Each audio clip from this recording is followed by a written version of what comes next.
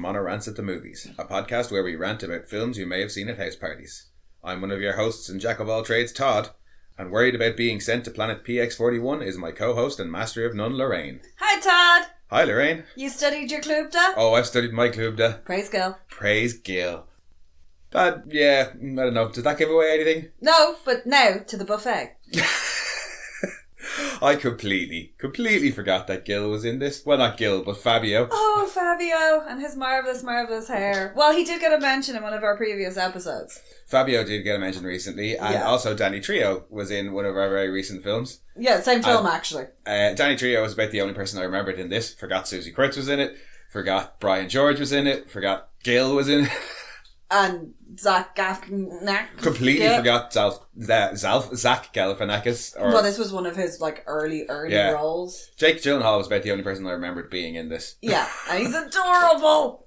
He was in that really adorable phase of Jake Gyllenhaal where he just, you just wanted to wrap him up in bubble wrap and keep him from the world. You mean the plot of this film? Yeah, basically. But even in Donnie Darko, he had this really sweet naivete. Yeah, he definitely has it in this. He does have it in this. There is a touch of it in Donnie Darko, and he just kind of had that, it's the puppy dog eyes. Yeah. This, of course, being Bubble Boy from 2001. Boy! Yeah, I love this film. Yeah, I hadn't watched it, fuck me, in years. I mean, we've had the DVD for a while. I don't even think we watched it when we bought the DVD. We were just like, yeah, Bubble Boy's a laugh. Yeah, and it's haven't seen that before. It's still really damn funny and immensely quotable. Yes. Susie Kurtz is brilliant in this. Yes. She's hilarious as the mum. Oh, I love her. She's kind of ridiculous, but so sweet at the same time. And also partially insane. Absolutely insane. And Jake Gyllenhaal should do more comedy. He's not the funniest thing in it, but he's pretty good. He carries it really well. This the same year as Donnie Darko? I think it was the same year. Yeah. Within a year of each other anyway, because that was one of the things in the trivia, was that this was originally supposed to be quite a bit darker with weird undertones and quite similar to Donnie Darko. No, this is fluffy and but sweet. studio interference changed it to what it is, and I'm like, studio interference made a film not shitty. Yeah, no, I can understand as well, because Donnie Darko is weird. Donnie Darko's fun, but it's not a comedy. Weird as fuck. Yeah, but it's not a comedy. It's a movie that really fucked up a lot of people for a while. Probably will do it? Question mark? I don't know if that's a cellar door I really want to open again. Nice. Yeah. Maybe. Unnecessary tangent. I know. No, Bubble Boy. Back to Bubble Boy. Bubble Boy. Really, really enjoyed both watches of this, I have to say. Yeah. It was really fun. It's really fun to see Danny Trejo as a badass who doesn't actually hurt anybody. No, he does a lot of threatening. He does a lot throws of a couple of punches, but doesn't kill anybody. No. And doesn't die. Does not die. And therefore is one of his favourite roles.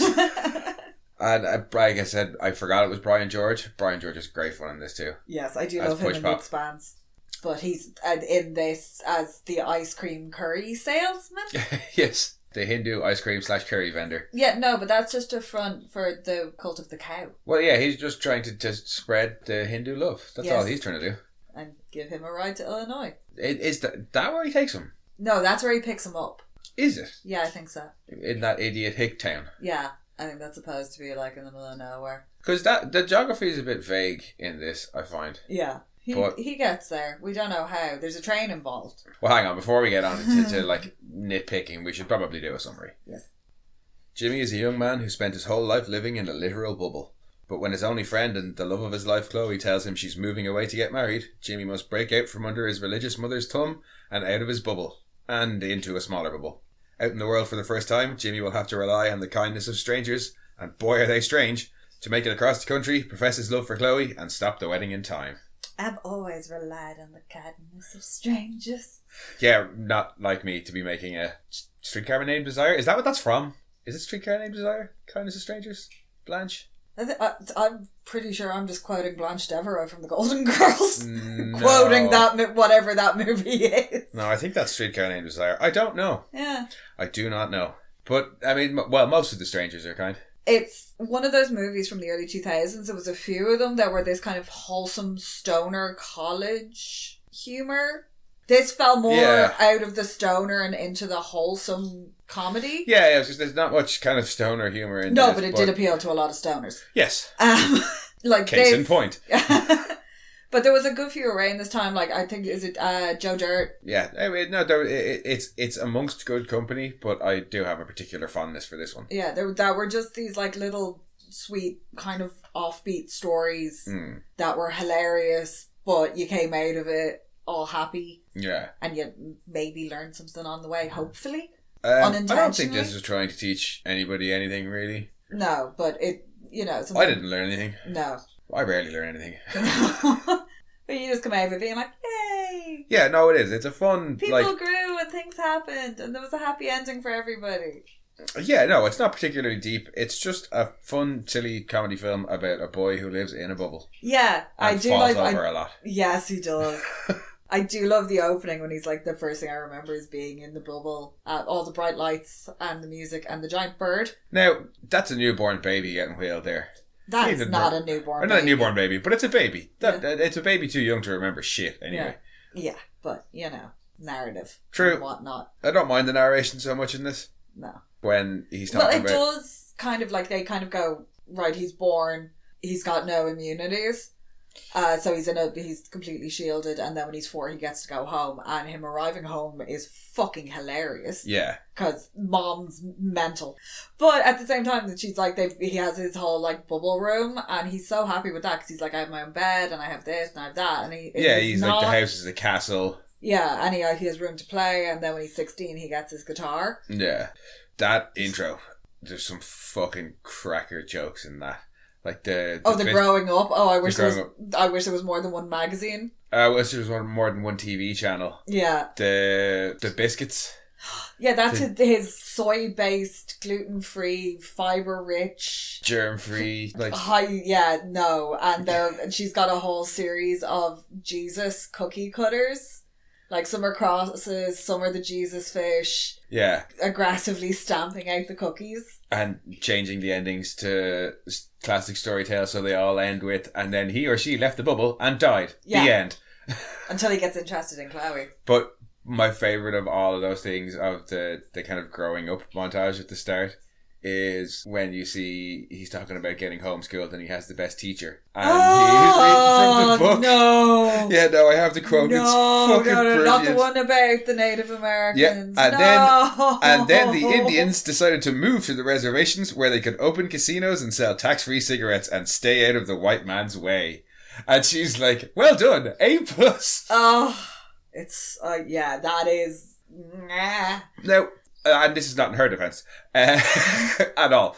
Considering he is raised by an ultra-conservative, ultra-Christian, bigoted, racist, keeps him in a bubble mother. Yeah. He's a really good, as you said, wholesome character, and he's got mostly the best aspects of Christianity, except for when he tells Push Pop that his religion is a lie. Otherwise, he's generally quite kind. Well, he can spot a cult, so... but yeah, he can spot a cult pretty quickly. Well done, yes. But yeah, she does. She is like insane. But when he meets Chloe and she comes in and she makes her feelings about Chloe very, very clear. It's not the kind of friend Jesus would keep. No. She's got some fucking crackers. But she doesn't stop their friendship. Like, she's like, when she's present, hoovering around her. She's always present and she's always watching. But she doesn't stop it. But yeah, so like she is kind of mad conservative and Christian, but she's got a sweet spot. Yeah, she's not completely horrible. No. Also, his dad is in it. Mr. Livingston. Oh, poor long-suffering Mr. Livingston. He's great. I like how he's mostly just the henpecked husband. Yeah. But he kind of looks out for and encourages Jimmy. To be kind of mischievous. Well, yeah, and to... Getting him the bicycle. Yeah, he's the one who gets him the bike, and when Chloe shows up, he just opens the door and walks away laughing to himself because he's reading a book. And it's anytime he does anything, it's always kind of by omission, or like later on when he gives him the little speech about Neil Armstrong, like what if he had gone all the way and not he walked hears him leaving and he just hears kind him of leaving and just smiles to himself. So yeah. it's never that he actually tells him to go and do it, but he doesn't stop him when he takes the steps himself. Yeah. But yeah, he wasn't even supposed to be in it. No, and I love the fact that he is, because it just adds something. Yeah. It balances out her madness and the whole thing once they hook up with like Dr. Freak later on. That whole dynamic is I could watch a whole movie of that. It gets more and more wacky as it goes on. It never acknowledges it. No, it just gets weirder. It starts off and it's like, okay, it's a kid in a bubble. Yeah, it's a kid in a bubble. He's falling in love with the girl. The mom doesn't approve.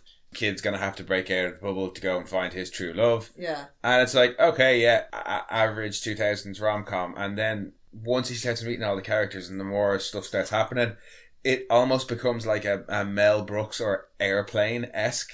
Yeah. Like, it's just surreal humor and like the bitch slapped me Jesus. Like that.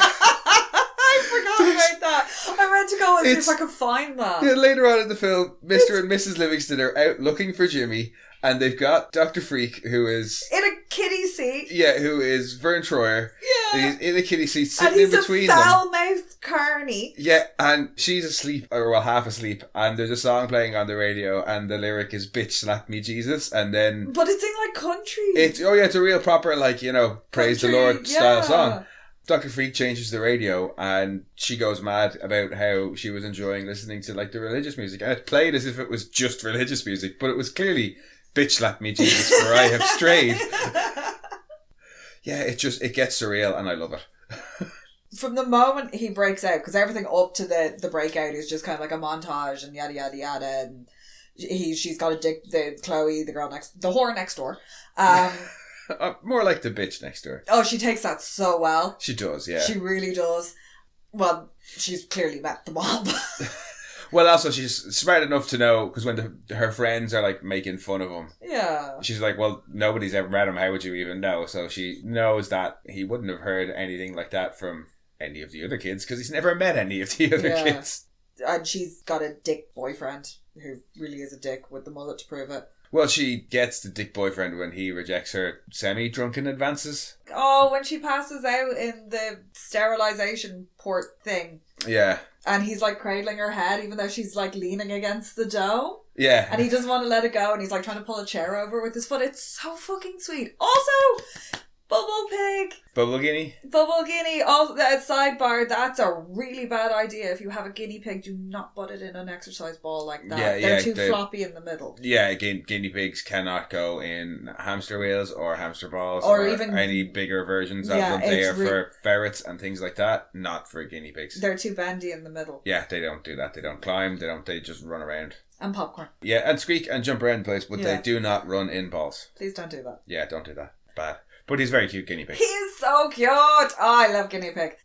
The first 15 minutes is just kind of like a montage of his life and growing up and their routine and stuff like that, and their relationship. Yeah. And then her climbing in the window, drunk. Yeah. Then her being like, "This is my dick boyfriend." Yeah, she goes off to prom with this mullet-wearing dickhead, and then cuts to... sometime later. Unspecified amount of time later, which is my first kind of gripe with this, is they're a bit vague. Until he leaves the house in his bubble. Yeah. It's very vague on how much time passes between his 16th birthday and when he leaves the house. Yeah. And once he leaves the house, time frame is pretty clear. He's got 3 days to stop the wedding.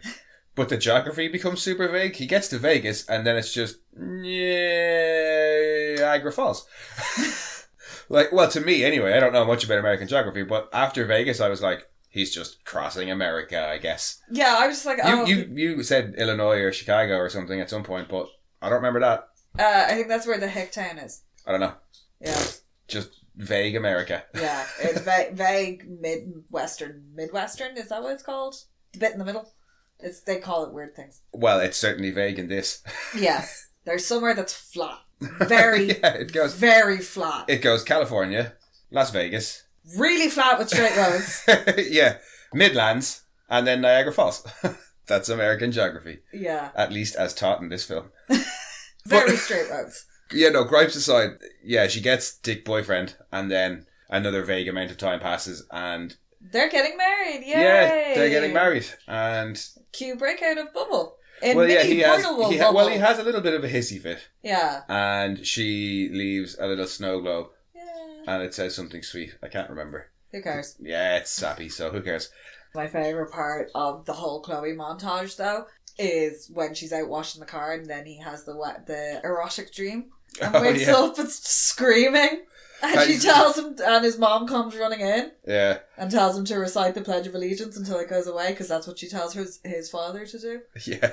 I much preferred the payoff, though. No, I do enjoy when he decides the very first thing he does is hits himself with the wiffle ball bat. Yeah, not a wise choice. No, learned that. And then he runs into the side of the bubble as well. Yeah, I mean, like, boner gags, not the most sophisticated comedy. No, but the way she's like, hands funny. Off, don't touch it. And he's like, it hurts. She's like, just probably because you hit it with a fucking wiffle bat, dude. And then ran straight into the bubble as well. And she's like, just recite the Pledge of Allegiance until it goes away. But yeah, after Chloe leaves him the snow globe? Snow globe and runs off to get married, he has a little bit of a freak out. Yeah, well, she's his only friend. Yeah, only friend and love of his life. So he sets about making little plans for himself. Oh, to try and get to Niagara Falls. Well, he has his little blueprints for his little mobile bubble. His mobile bubble, which he constructs pretty quickly. Yeah. And I don't know out of what, but... presumably a leaf blower's in there somewhere. To keep it inflated. Yeah, it's more just... did he have to, like, cut panels out of other bubbles? I think that's because you never actually see what happens to the bubble. You get Mom coming in going, Jimmy, Brexy. Yeah. And then dropping the tray and the screech that wakes up everybody and the dogs start howling and all sorts. Yeah. But you never actually see what's happened to the bubble. No, you just see him in his now bubble suit. Yeah, because whenever you see them inside the house after that, then, like the big tube, the hamster tube that's going through. Yeah, that's gone out of the house. That's gone. I like how they just what she Leah's.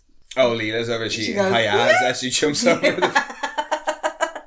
No, but I before we get onto his travels outside the world or outside in the world, when Miss Livingston is calling the cops, she's got some great lines there as well when she's going on about how they're not going to help her because it's I know it's not 48 hours. That's a fucking lie. That's like, no.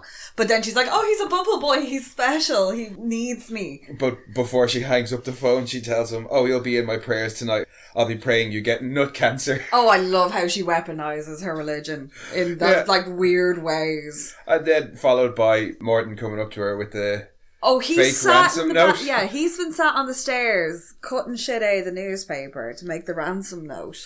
That says, we have your boy, we want $100,000. The Jews.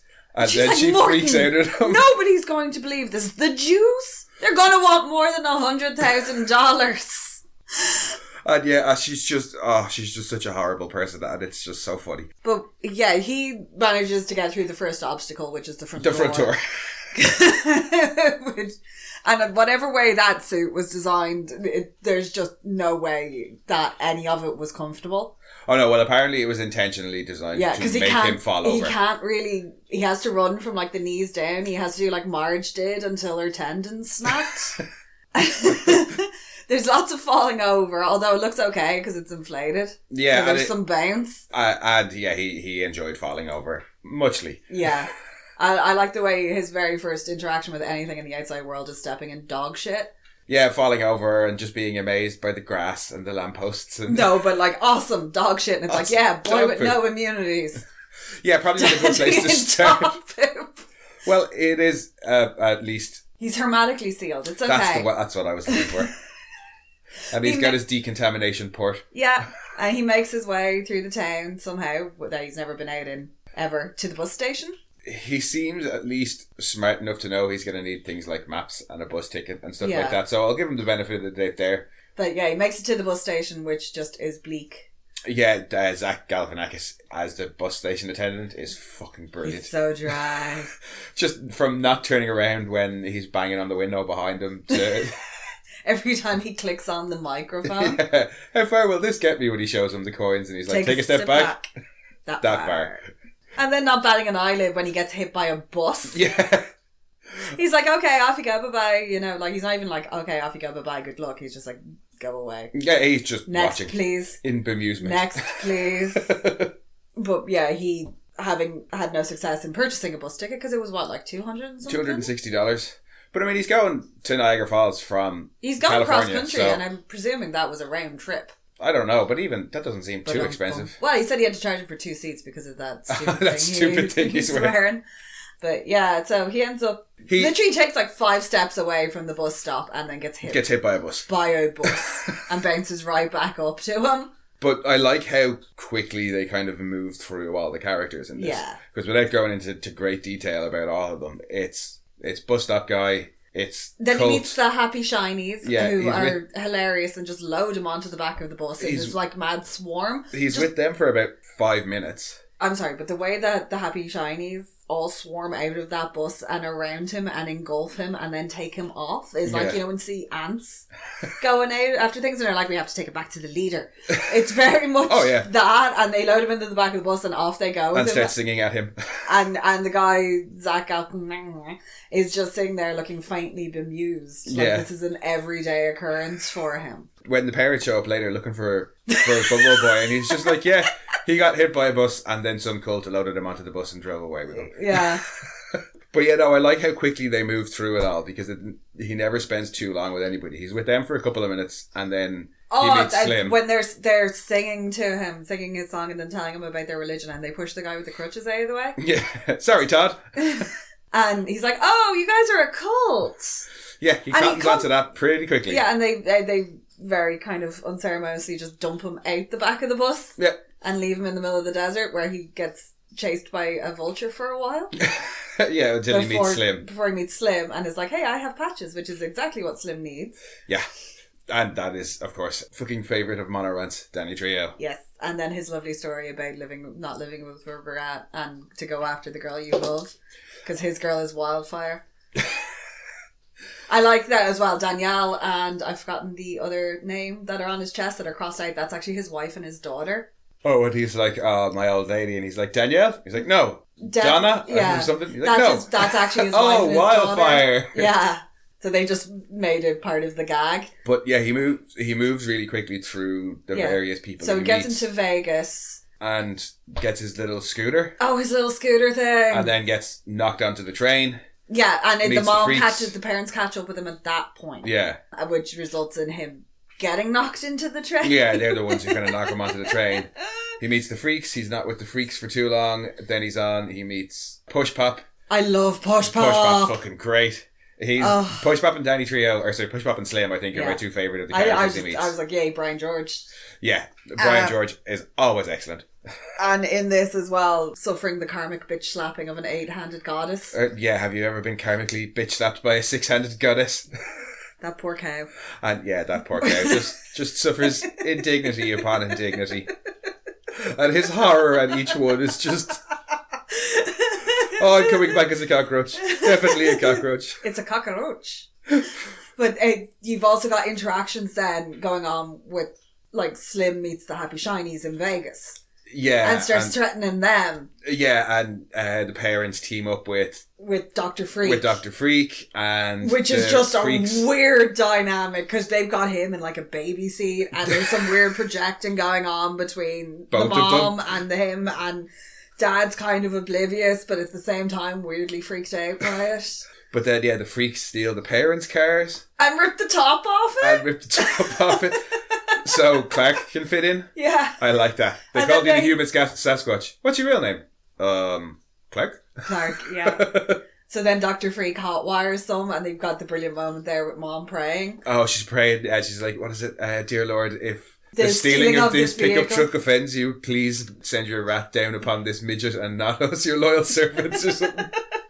She's just having to blame she's got so many good lines in this. She really does. Yeah, no, she did. And it's always the right amount of hysteria because it'd be very, very easy to go completely over the top.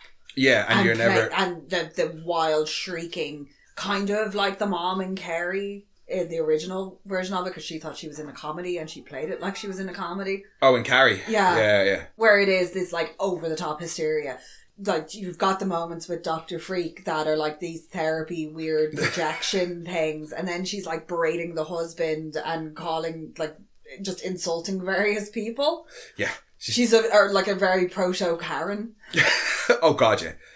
And then she wields the faith when it serves her purpose as well. At the risk of getting a bit like hoity-toity, she is the platonic form of the Karen.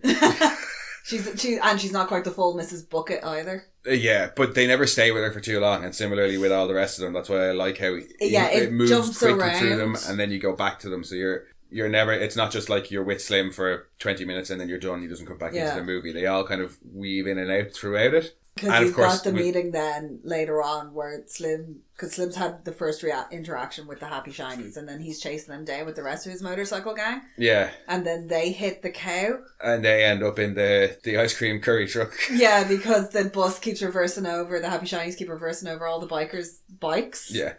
And it's just, I love the fact that they all keep kind of meeting at these little points and changing vehicles. We haven't even talked about Pippi/Pappy either. Oh, Pippi and Pappy and Poonanny. And Poonanny and Poontang. And Poontang. That's one of my favourite jokes. And I'm still not entirely sure I understand it. No, I don't care.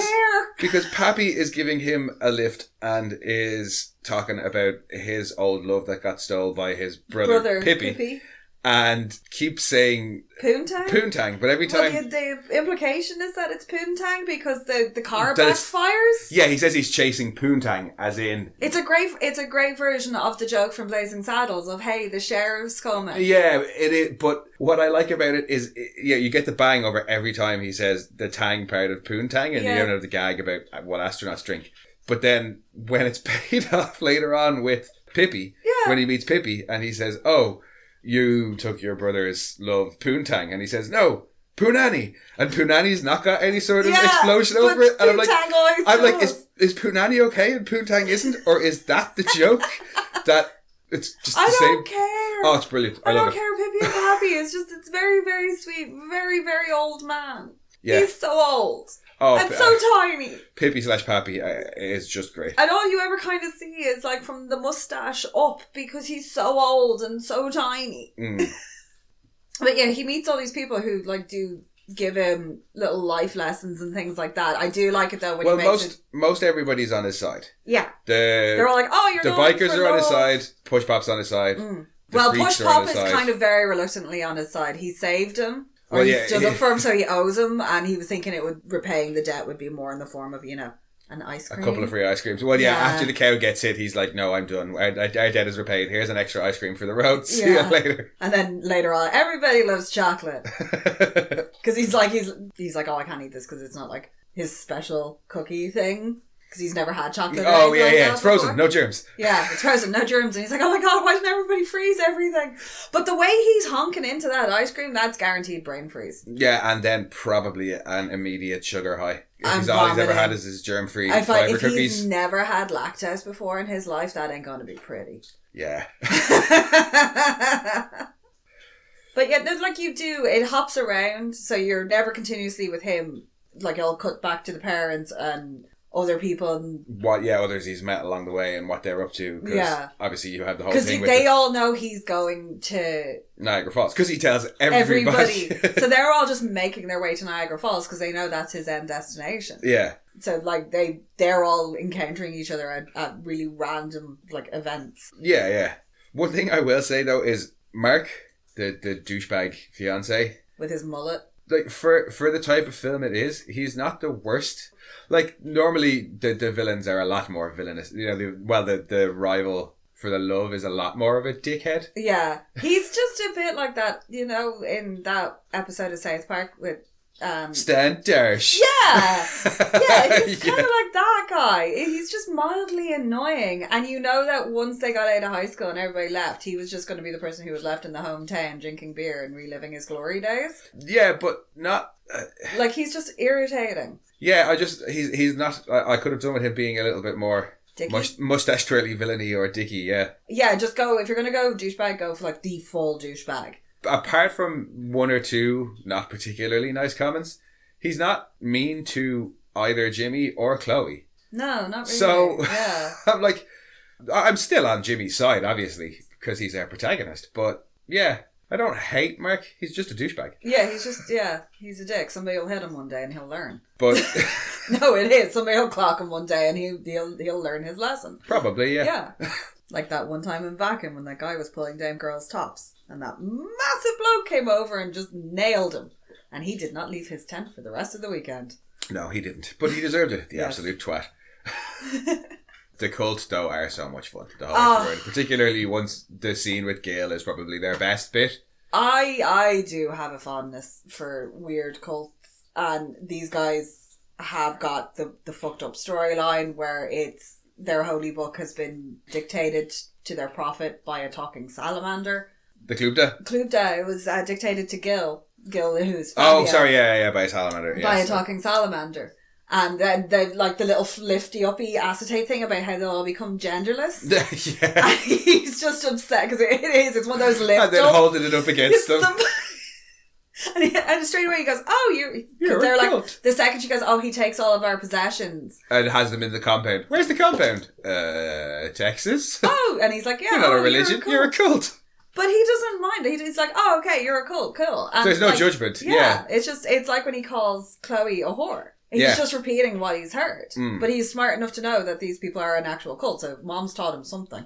Or even when he tries to stand up for Push Pop, he's just like, they're being mean to that person, that is wrong. Yeah. And he's like, stop being mean to that guy. And then they all turn at him and he's like, uh-oh.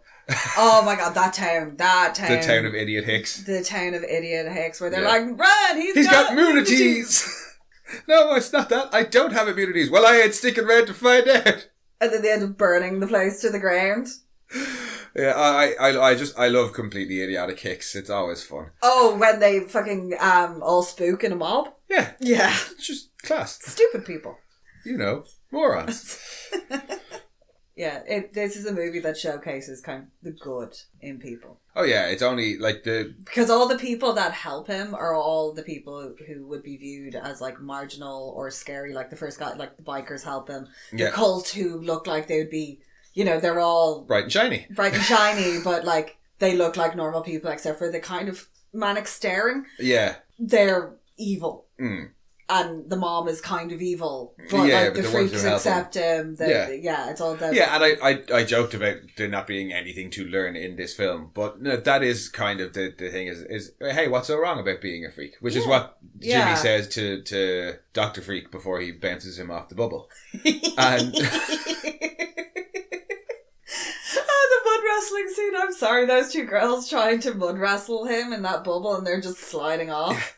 But yeah, Jimmy treats everybody he meets the exact same, and the only people who are nice to him are the ones who would normally be treated badly by otherwise nice and normal people. And bikers are good people. Bikers are good people. And circus show freaks are definitely good people. Are actually like really good people. Carnies are good people. Generally, like, the weirder the person is, the nicer I'm going to assume they are. Because all of the interactions I've had with people who turn out to be complete assholes are the ones in like the good suits with like the nice watches and shit. Oh yeah, yeah. Rich people are twats. But no, it is. It is a really sweet little movie. It's very 2000s. It is because there's a lot of like Blink-182 and punk pop and stuff. Although the Blink-182 is understandable because one of the writers directed like 3 or 4 Blink-182 videos. No, but there was a couple of movies around the time that were like this, that were just little like feel good comedies. Yeah, and it is. I suppose it's essentially a rom-com. But and it's God knows in 2002, 2002, we needed it because we all thought the world was going to end.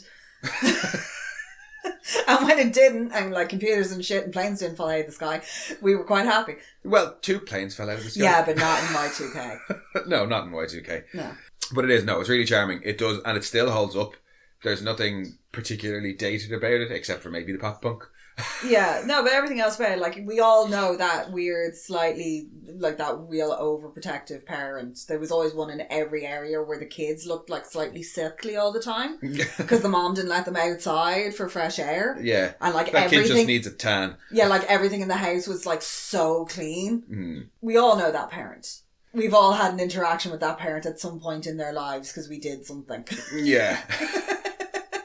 Like, we all know the biker gangs. We all know, like, who the majority of these characters are. We all had that one kid in school who was a bit weird, but, like, everybody liked them. Yeah. And again, none of the characters are particularly deep, and we are kind of dealing with mostly caricatures. But it's that kind of film where we don't need to go really deep, and what we get from pretty much everybody is really fun. But particularly Brian George and Danny Trejo. Jake Gyllenhaal and Swoosie Kurtz are all great in this. Swoosie Kurtz is probably my favourite character in this. Everything she does in this is amazing and hilarious. And I do. I just remembered one of my favourite gags in it though, when the freaks are trying to rescue Jimmy from Bright and Shiny, and they're all dressed up in the Bright and Shiny t-shirts. Oh no, we're starting to mutate. Yeah, one of them's like, "Hey, what's wrong with your arms?" And your man's like, "What do you mean? What's wrong with my arms?" It's played so well. I also like you'll go to PX 41 or 42 if they're full. And actually, speaking of deliveries of lines, Jake Gyllenhaal's delivery of the whole way throughout is fantastic. Of just this innocence and confusion and optimism and just, I'm having a really good time and this is all new to me and I don't care, I'm out in the world and I'm doing my thing. But even just the straight facedness with which he delivers some of the lines, like, you know, when he's meeting Chloe for the first time and she's like, "Why don't I come over? Or you can teach me how to play guitar." And he's like, "Oh gee, I don't know, bitch, I've got a lot to do today." And he's just like moving the chair a little bit. He's so good at his delivery. He really is. Is there anything though that you didn't like? I mentioned a little bit about the vague geography and one or two nitpicks, but it's mostly small stuff, to be honest with you. Yeah. For me, anyway. Yeah, it's just that kind of thing. It's like, how old is he supposed to be? Because if it's a 16-year-old doing it, or an 18-year-old, like, it kind of changes my perception of it, depending on how old he is. I'm guessing he's somewhere between 18 and 20? Yeah. Well, she's definitely graduated. Yeah, it's just a little obscure. Yeah, it's a little vague, but it doesn't bother me too much. No. Neither does the vague geography. But again, I don't know fucking shit about American geography, so it's not like if there was a ton of landmarks, I'd have been like, "Oh yes, that's that, and that's that." Anyway. Yeah. Any other little high points for you? No, I just like the fact that everything was like super bright and saturated the whole way through, because it is a happy film, and even when he's kind of sad and he's outside and he's drinking the beer when he's trying to give up. Yeah. It's still, like in most films, like the colour palette might change a bit or the atypical, it gets cloudy and starts to rain to match the mood type thing. They still kept it bright and shiny, and then you get the really nice little speech with his dad. The Neil Armstrong speech? Yeah, which I love, and off he goes again. And also, in that whole scene, your one's robbing the yeah. And the mom goes in to use the bathroom and comes back out again. So was she still posing as the clerk? Presumably. That's the director's wife there as well. But then when he tries to steal the beer and he's like, "I'm so sorry," he comes running back in. The really fast, "I've never had a beer before and I just fell out of a dead man's car and my parents are coming to pick me up and this is the girl I love's favourite beer and I'm just wondering, can I borrow it?" Yeah. Yeah. It's so good. But when he's like coming in, it's like Zoidberg coming in going, "Act nonchalant." Yeah. It reverses up to the guy. It's just, again, that's not even a line, and just the way he plays out that scene, he's so good. With all the cans falling out, like it's everything that could possibly go wrong when you're trying to like shoplift goes wrong. Like, never mind the fact that you're already in a giant bubble. The physical comedy in this is great as well. Yeah. It's just as good as some of the cracking one-liners, like. And it does. I was pleasantly surprised when we rewatched this, because it had been so long since I'd watched it. The ending is so lovely, and it still has a couple of nice little, like, twists couple of gags, in it, and gags. And there's some very satisfying payoff at the end. Yeah, it does. It rounds off really nice. As much as you get to kind of see little last bits from almost all of the characters. You get it. Not quite epilogues or anything. No, but enough. Animal House, I always think, does it best at the end, where you get freeze frame. The freeze frame and what they went on to do. It does it like that, but it just shows you them kind of a couple of weeks later, one would assume. Yeah, and everybody's all the various people we've seen across the film are all together in some form or another. And there's some great gags in that as well. Yes. Slim writing "bitch," as you were quite happy to point out. Yeah. And the $500 guys showing back up. Yeah. Yeah, no, it is. It's a real charmer of a film. And if you haven't seen it in as long as we hadn't, definitely go back and watch it. Yeah, it's very much a feel-good movie if you're in a bad mood. Pop this on. This is one I could nearly watch in any mood. Because some of the films we do, you have to be in a particular mood to watch. Yeah. But this is one of those ones you could nearly slap on at any time. I'll give Bubble Boy a watch. And I think it will probably work its way into a much more regular rotation now that I've watched it again. Yeah, well, it's only an hour and a half as well, so it's nice and nippy. Yeah. It's nippy, it's very, very funny the whole way through. The pacing in it is really nice as well, because it doesn't necessarily change, but because you're hopping between all the characters, it never feels slow or draggy anywhere, and any scene that might be a little bit slow generally has some sort of payoff towards the end. Yeah, no, there's a couple of things that are set up early on. The boner joke, the poontang joke that you get your payoffs for later on. And yeah, I always like good setups and payoffs, particularly when they are comedy based. Yeah, well, the ones in the relic I think are some of my favourite. What are you going to do with the 300 pounds of smoked salmon? Yeah. But I think that about covers it for Bubble Boy for this week. Yeah. But it comes with the usual Mono Rants recommendation of watch it if you haven't watched it in a while, or watch it if you have never seen it. Yeah, no, it is just a very sweet, happy little film. Yeah. One of Jake Gyllenhaal's underrated gems, I'd say. Yeah, well, it came out the same year as Donnie Darko.